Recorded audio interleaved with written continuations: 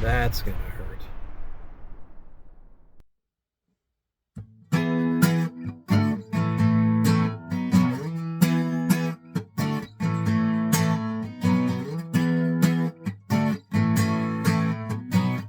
The Music Snob.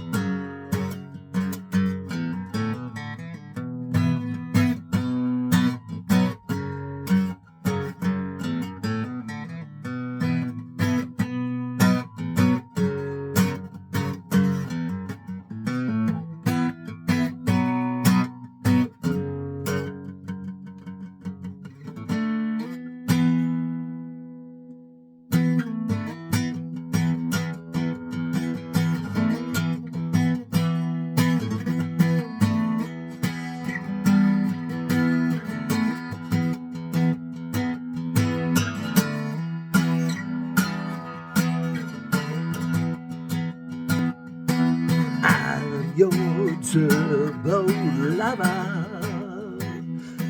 Better call your mother. Sorry, is that how it goes? That could be the Harvey Firestein version. I'm not sure. Welcome to the Music Snob, where I know music, unless it sucks. A couple of weeks ago, I did a video. I think it was about Bruce Fairbairn, and a guy, the guy. I'm gonna put up a screenshot.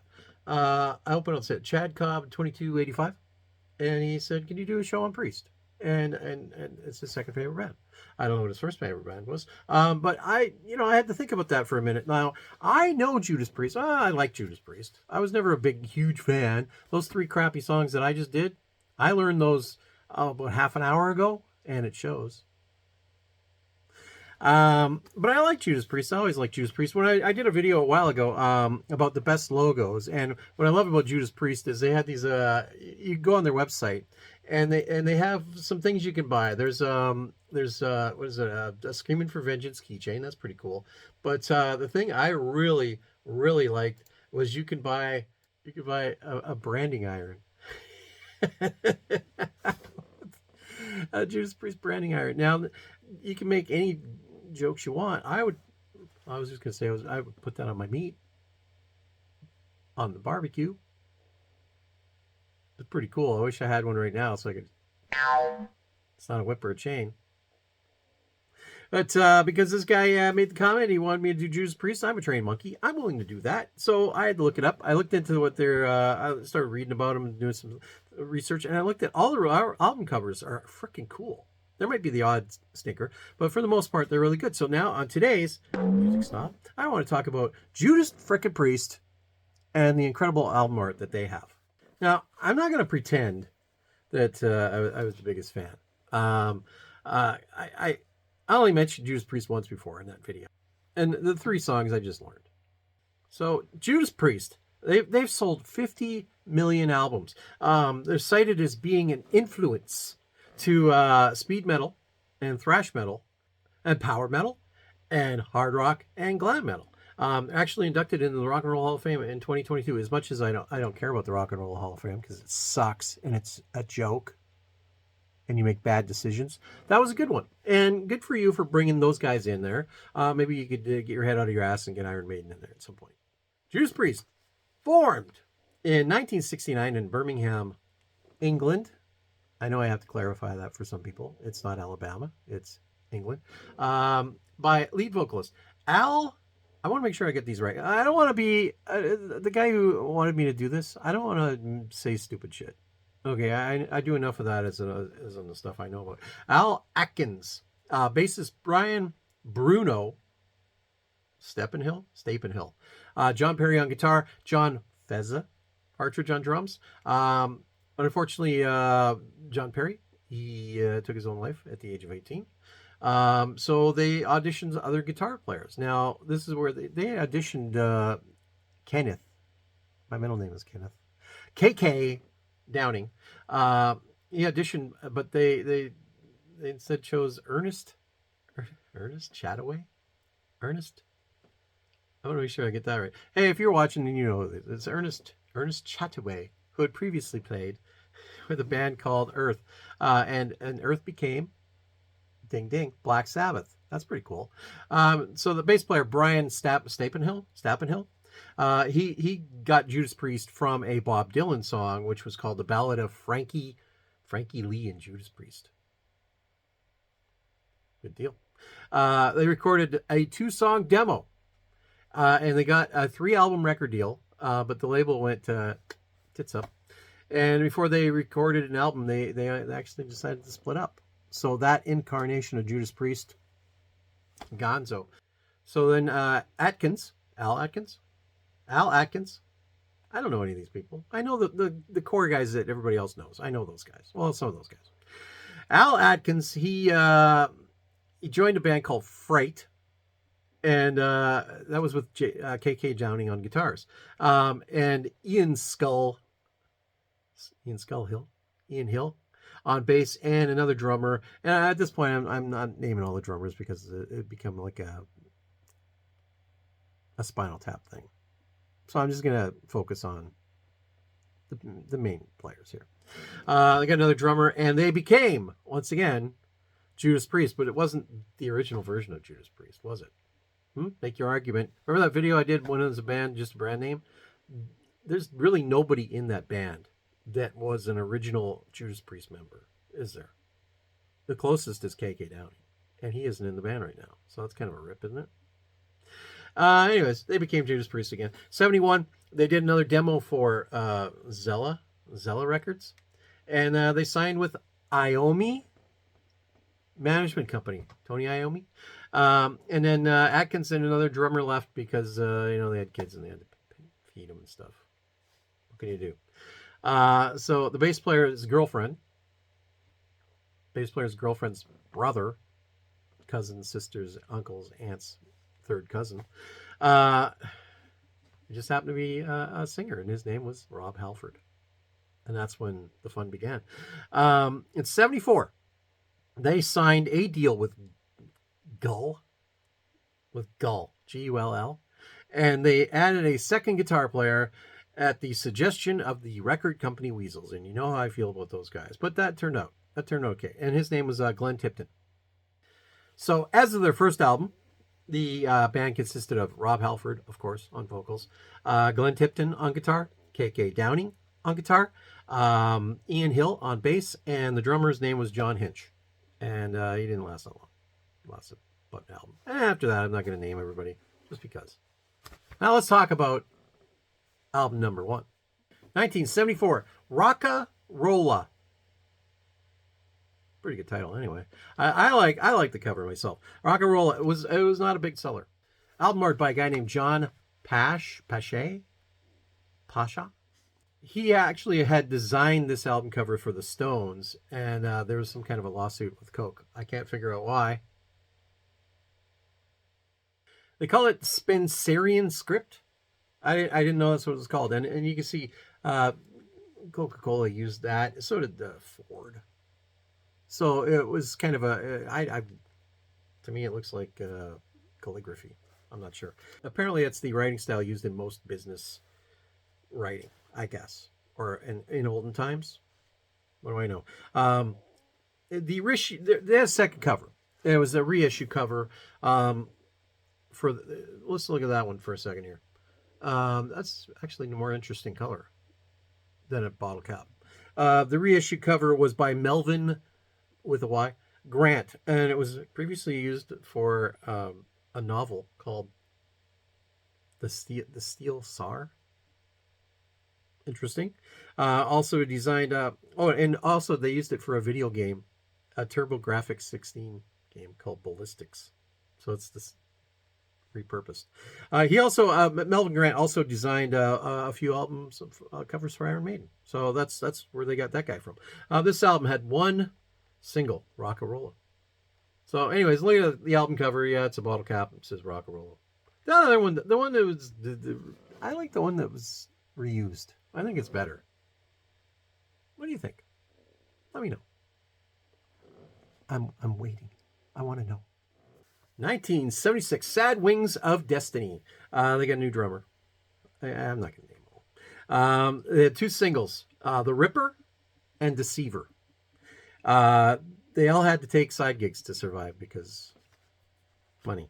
Eventually, the album eventually, once they really broke, it sold gold in 1989. So that's only 13 years later. But somehow this album was so good, it got them signed to CBS Records. Well, let's just look at the album cover now. So I guess that's an angel who's sad, and I think something's burning his ass. I could be wrong. 1977, Sin After Sin, produced by Deep Purple bassist Roger Glover. They fired him after a while, and then they had to bring him back after they figured out they didn't know how to produce themselves. They had another drummer. They had two singles, Diamonds in Rust and Dissident Aggressor, which I guess may have only been released in Japan. A song they had called Raw Deal, which was apparently Rob Halford's coming out. But nobody knew. It was his coming out song, so it was like the theme. And it didn't come out until 1998, even though most people thought maybe. But who cares? Artwork by Roslaw Szabo. This guy has designed over 2,000 album covers for Elton John, Santana, and John Williams. Pretty cool. Let's look at this album cover. It could be a mausoleum, I guess. There's a guy, there's a couple guys. There's a dark, shadowy guy and a white guy. So maybe it's good and evil, sin after sin. What do I know? 1978, Stained Class. Nice play on words there. They used the same drummer for like 3 albums in a row. That's pretty exciting. Produced by Dennis McKay. Worked with David Bowie, Supertramp. 2 singles, Better by You, Better Than Me, and Exciter. It sold gold in the U.S. That's pretty good. Probably another eventual. It wasn't right away.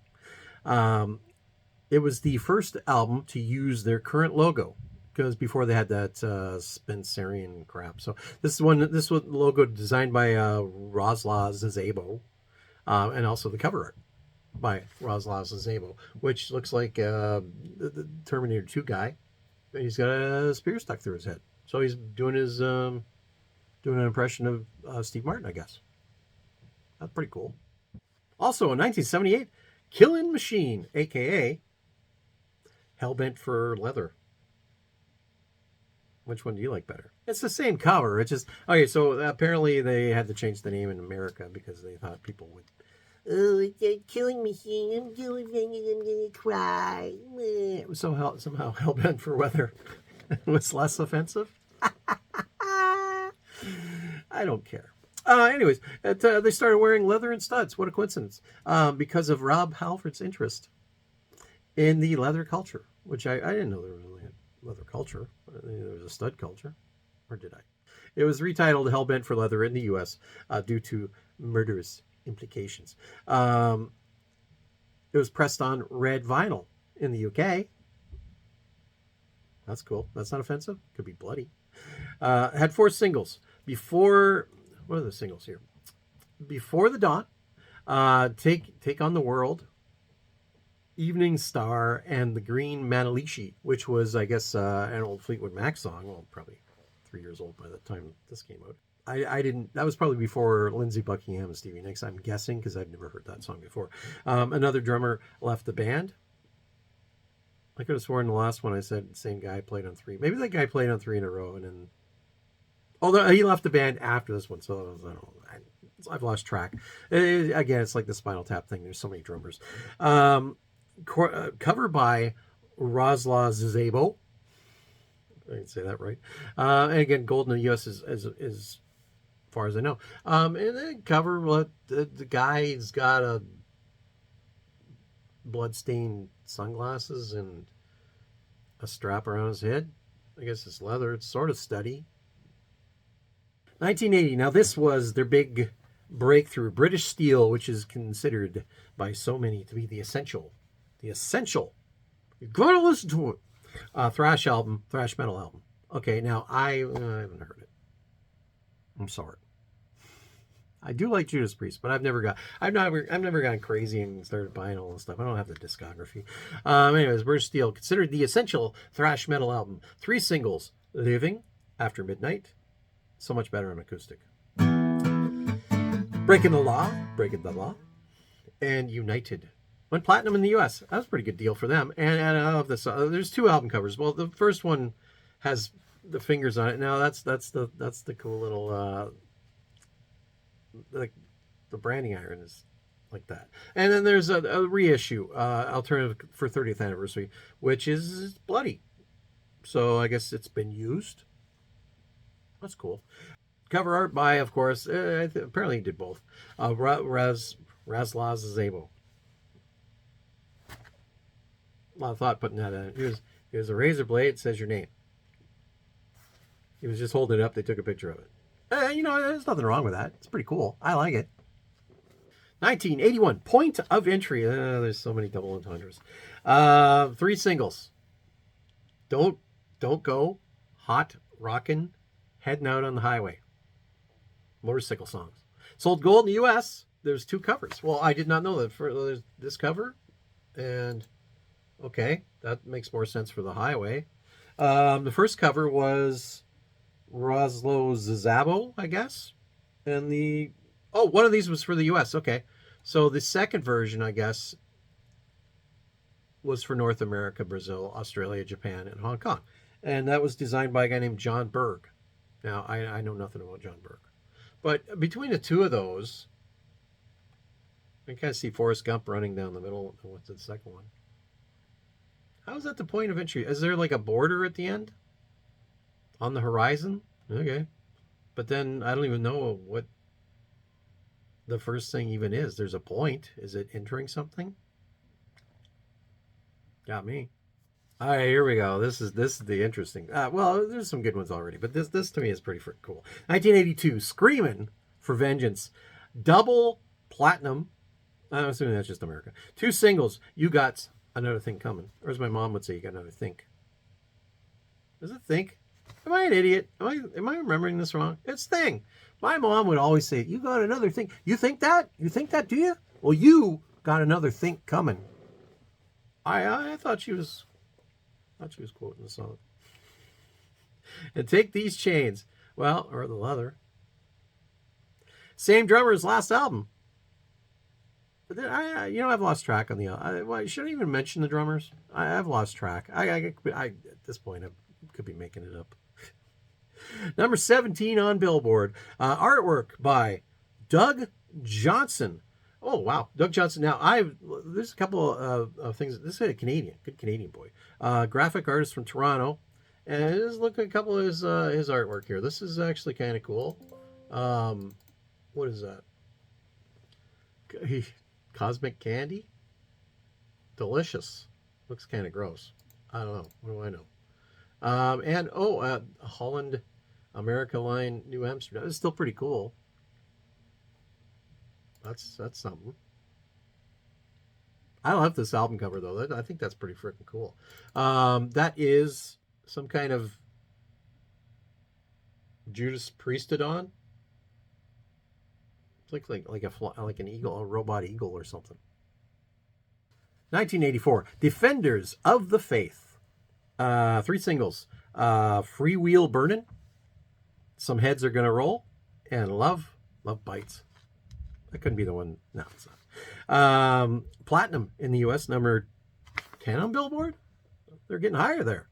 Album art by Doug Johnson. And apparently this is the Metallion. The Metallion.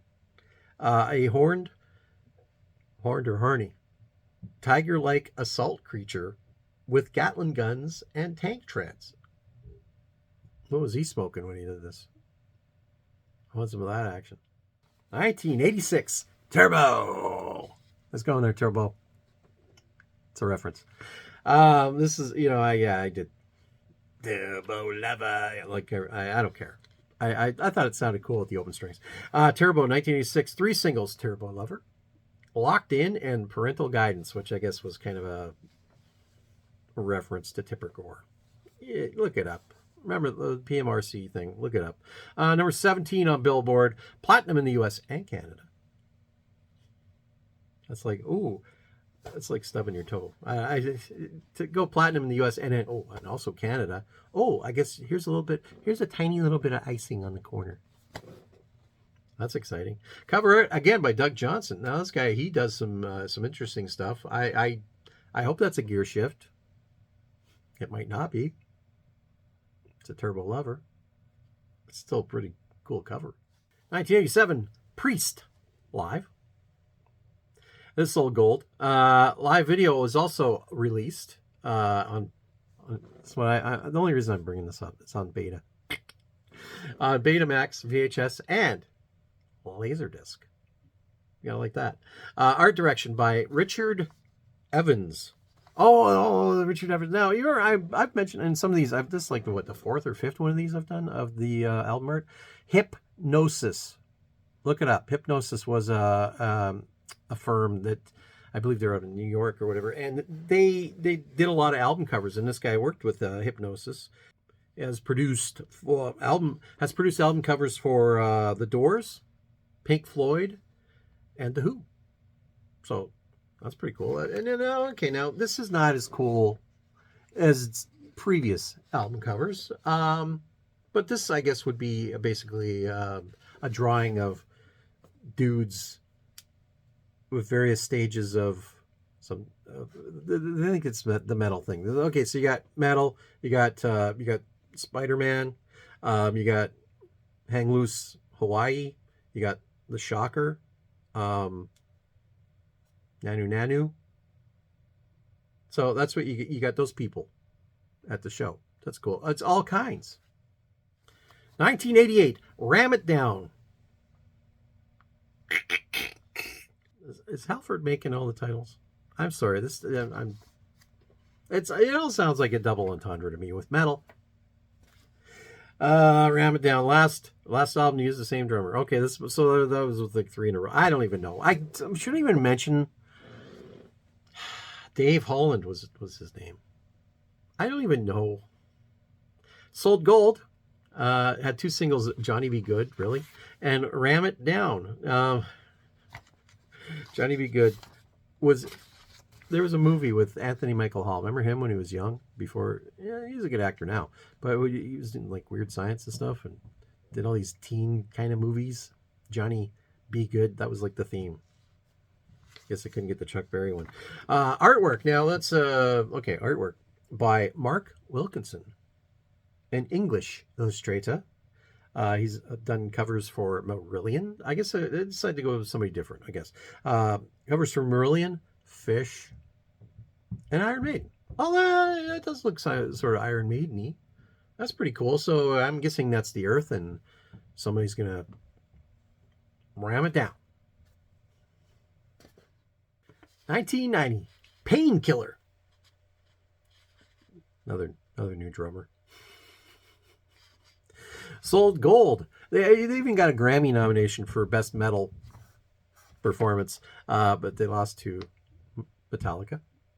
Well, if you're going to lose Metallica. 2 singles, Painkiller and A Touch of Evil. Probably a joke there somewhere. Cover again by Mark Wilkinson. Now this shows a motorcycle. Oh, that's cool. It's got a saw blade on the front. I like that. And a metal chick with wings riding it, I guess.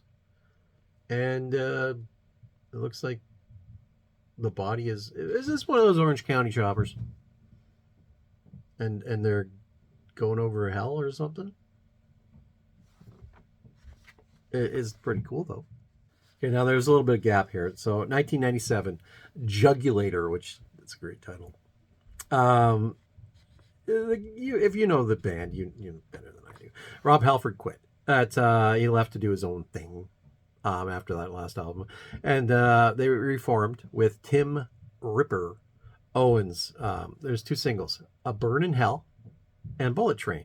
And do I really need to talk about Tim Ripper Owens now? this goes back to the when is a band a brand name thing. Tim Ripper Owens, he was in. There's a movie called Rockstar where Marky Mark played a guy in a cover band that was hired by that band when their singer quit. And it was loosely based on what happened with Judas Priest. So Rob Halford left. They got a guy in a cover band to take his place, which it's happened before. It's happened since. Has it? Well, I don't know if it happened before, but there's other examples like Journey. You get a guy from a karaoke contest, or you get a guy who had a YouTube channel where he's covering your stuff. That to me is it's kind of a punch in the face to real fans. To me, that's how I feel. But hey, what do I know? I'm just a jackass. Cover art by Mark Wilkinson again, and I guess that's the Jugulator. It's got some jugular teeth, and looks pissed. You know why he's pissed? Because Rob Halford ain't singing. That's why. So also in '97, the best of Judas Priest, Living After Midnight, which is just it's a compilation album. At least remember the ELO video? If anybody watched that, had to be 100, easily 100, like at least 20 compilations. There's only a couple of Judas Priest. Now, if you're a big Judas Priest fan, this is probably the one to get. Which just there's the band and there's the pants, and I don't see a whip or anything, but they're playing some songs. Maybe they're after midnight, and that's it. 1998, 98 Live Meltdown, which it's a live album, but it's got Tim Ripper. Just Mr. Ripper. Is that what you call him? Ripper? Or do you call him Tim? Tim Rip. T-Rip? Trip. I don't know. He's singing live. I don't know. I've seen that symbol on a couple of the albums before. I don't know what it means. I haven't, is it like the P and a T? I don't know. But it's a cover. 2001, Demolition. One single, Medicine Man. Cover. This was the second album with Tim Ripper Owens, and then he left. Cover by L Space Design. Cheap it out, I guess. If you don't, that shows to me they didn't have a lot of confidence in things. They couldn't afford the same guy. This is not an interesting album cover. Let's just say that. 2005, Angel of Retribution. Now this is where things are back on track here. The return of Rob Halford. He was doing his own thing for a while. Number 13 on Billboard. Had one single called Revolution. Cover art by Mark Wilkinson. This tells me that they thought, well, he's back. It's like when Iron Maiden, when Bruce Dickinson left, and they had was it Blaze Bayley, I think, and things weren't as good. And then when Bruce came back, poof, promote the living crap out of Bruce being back. So Rob's back. Rob Halford is back. We got Mark Wilkinson to do the cover art again, and we got basically what it looks like another metal angel who's being retributed, I guess. 2008, Nostradamus, it was a double album, and it was a concept. It was about Nostradamus. Pronounce it however you want. We've all heard of Nostradamus. He had predictions that may or may not have actually come true, depending on how much you read into it. KK Downing retired after this album. We'll get into that later. Leaving bassist Ian Hill as the longest remaining member of the band. This went number 11 on Billboard, and of course the cover art by Mark Wilkinson, which I guess that's sort of a rendering of what people think Nostradamus looked like, and he's got orbs and maybe predictions floating around his head because he's got his own weather system and apparently gravity. 2014, Redeemer of Souls. Number 6 on Billboard, had 3 singles, Redeemer of Souls, March of the Damned, and Dragonaut. What can you say? Artwork by Mark Wilkinson again. And is it now? Maybe I'm just missing this until now. Would you think that angel-y looking person, they seem to have like kind of an angel on a lot of the covers, is that kind of like Eddie in a way for Iron Maiden? This guy is JP, Judas Priest. That's who this guy is right here. He's just in various stages of design, I guess. 2018 Firepower. I don't, is that fire and its power? I'm just looking at the cover. Number 5 on Billboard. Had 3 singles: Lightning Strike, Firepower, and Never the Heroes. And this one, Glenn Tipton retired from touring. And we'll get into that. Art by Mark Wilkinson did the album design and the illustrations. But Claudio Bergamin did the cover art. He's a Chilean fantasy artist. Look this guy up. He's got some interesting stuff. I don't even know what to say. I'm not sure. I don't know what that is. It's fire. Oh well. 2024. This is last year. Invincible. I almost said invisible. Invincible Shield. What is a shield? Does it have unobtainium in it? What like Captain America's stuff? What's that? Vibranium? Is that what it's got? 4 singles: Panic Attack, Trial by Fire, Crown of Horns, and The Serpent and the King. Mark Wilkinson did this cover art again. And again, it's I guess it's indicative of the title. Invincible Shield. But is it really invincible? If I walked up there right now, right in the nuts, would it knock it out? I don't know. That's all the albums. That's all there is. There's only the one best of too. So there's peaks and valleys and things that have happened. Now I didn't name all the drummers. I didn't name everybody. 2022 they were inducted into the Rock and Roll Hall of Fame by Alice frickin' Cooper. KK Downing played with them at that. But when he retired, he was not asked back when the other guy retired. They didn't ask him to come back. They read one thing from him, one thing from they played at the Rock and Roll Hall of Fame, but they never really truly made up. We'll say that. So right now, I guess KK Downing has his own thing called KK Downing's Priest or KK's Priest, which again goes back to my brand name thing. Why would you go to that? He's got Tim Ripper Owens singing. He's got Les Banks. Is that his name? Les Banks on drums? I hope that's not wrong. There's so many different drummers. He was one of the original drummers. I don't know if he was the original, but from way back in olden times. So you got 3 guys that at some point have been members of Priest that are on the road as KK's Priest. Why couldn't it be Tim Ripper Owens Priest? Why does he have any? You should get some of the guys from the cover band that Timmy was in. Why don't you do that? Which is, come on. There's your argument.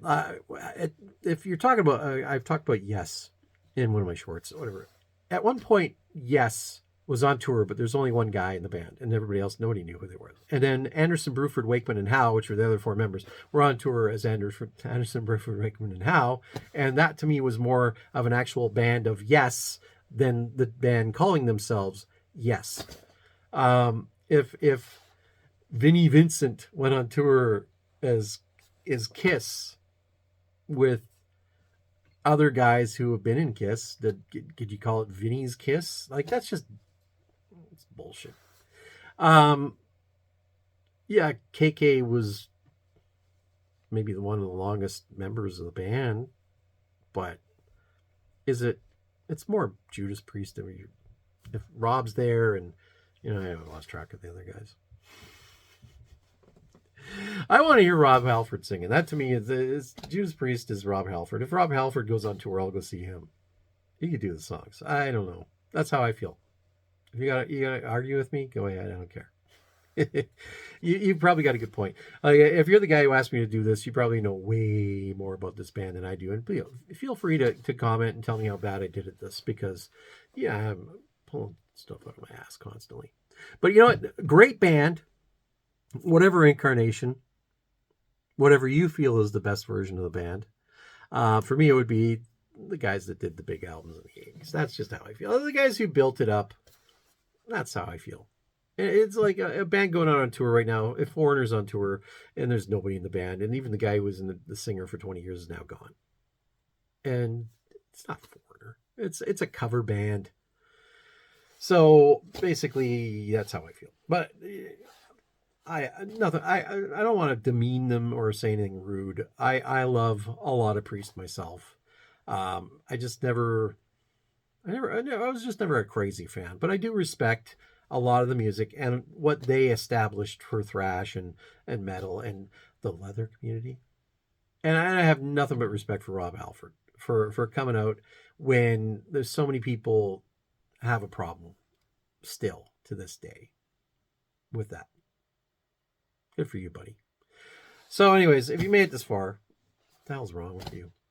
You must be really an actual decent fan of Judas Priest. So I appreciate you sticking around.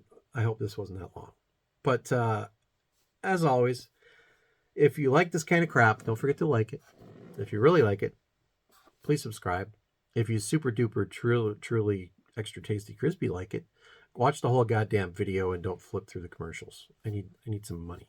You know what I'm saying? Make a little tonnage off that. Go to the can. Let it play. Just let it go. And as always, please do me a favor. Share. I'm sure certain members of the band have seen share at some point. And as always, thank you for watching The Music Snob, where I know music. Unless it sucks. Bye.